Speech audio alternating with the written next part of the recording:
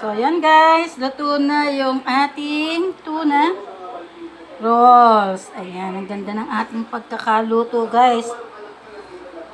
Golden brown. Hindi sunog. Hindi din naman hilaw. Ayan. Tuna spring rolls. Tuna cheese pala yan kasi meron yan cheese. Ayan.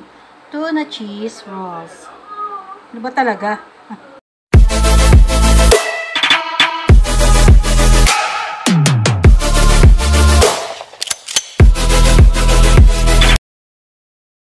Guys, di ko na naipakita sa inyo yung process kung ano yung gagawin ko. Ayan. So, magkagadgad na lang tayo ng cheese. Okay. So, tuna, ano to, Shanghai guys. Tuna rolls. So, madaming cheese. Ayan.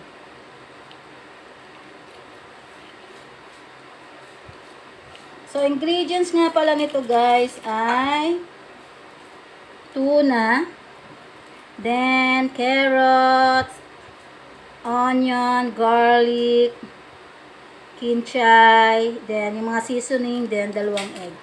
Then, eto nga, ginagadgadan ko siya ng cheese. I think tama na yung cheese. O, tansyahan na lang kasi pang ano lang naman pang sarili lang. Then, meron tayo dito yung lumpia wrapper. So, mimix lang natin siya guys. So, yan guys, mimix na natin yung ating tuna rolls. So, ang pinaka breadcrumbs nga pala nito ay yung ating, crackers. Hindi ko na naipakita guys. Yan. So, mix lang natin. Bango. Gawa siguro ng kinchay, kaya mabango, no?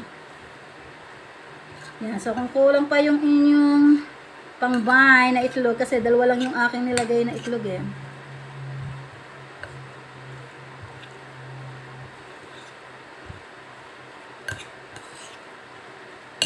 Bale, ilalahat na natin tong cheese natin. Kasi ano na lang to, 1/4. 1/4 cheese. Para masarap, So, dadalwa yung aking, 2 tanda lang yung nabili kong Shanghai wrapper. So, hindi ko alam kung kukulangin. Pero I think kukulangin. Madami kasi, hindi ko akalain na ganito kadami yung gagawa kong mixture. Ayan.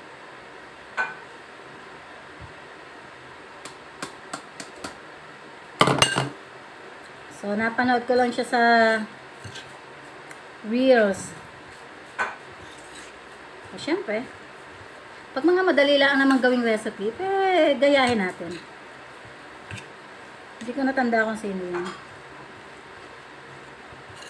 Pero thanks, madali lang siyang gawin. At ay marami na rin naman gumagawa nito guys.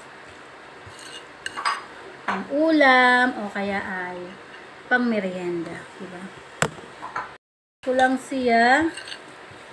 And then, ito nga pala yung sabaw ng tuna, huwag niyo itatapon kasi oily yan. So, pwede natin siya lagyan po unti-unti kung nakakita nyo medyo hindi pa ganun ka-mix.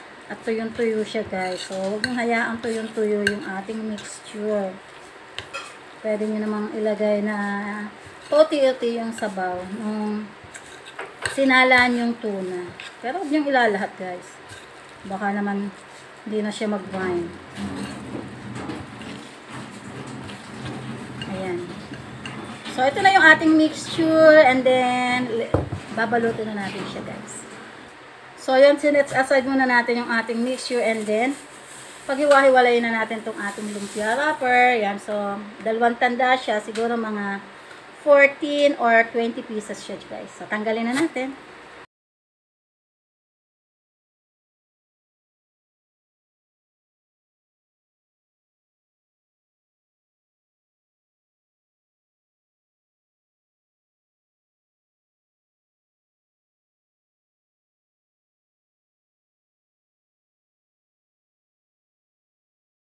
Ating tuna rolls. Ayan, tuna rolls naman tayo ngayon.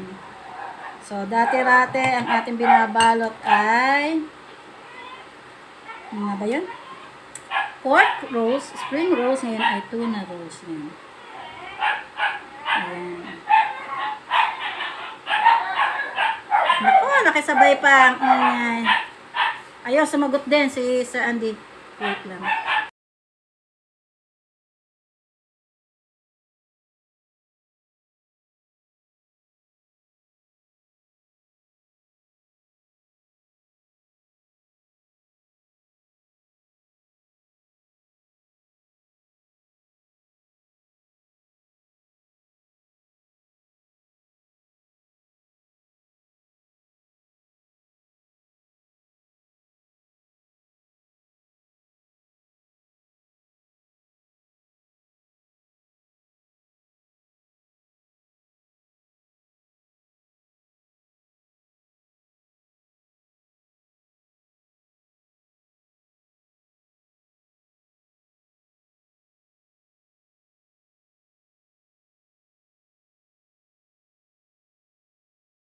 Ayan.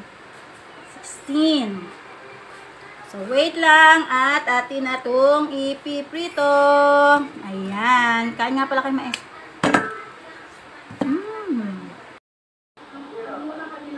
So, ayan guys. Luto na yung ating tuna rolls. Ayan. Ang ganda ng ating pagkakaluto guys. Golden brown. Hindi sunog. Hindi din naman hilaw. Ayan, tuna spring rolls. Tuna cheese pala yan kasi meron yan cheese. Ayan, tuna cheese rolls. Ano ba talaga?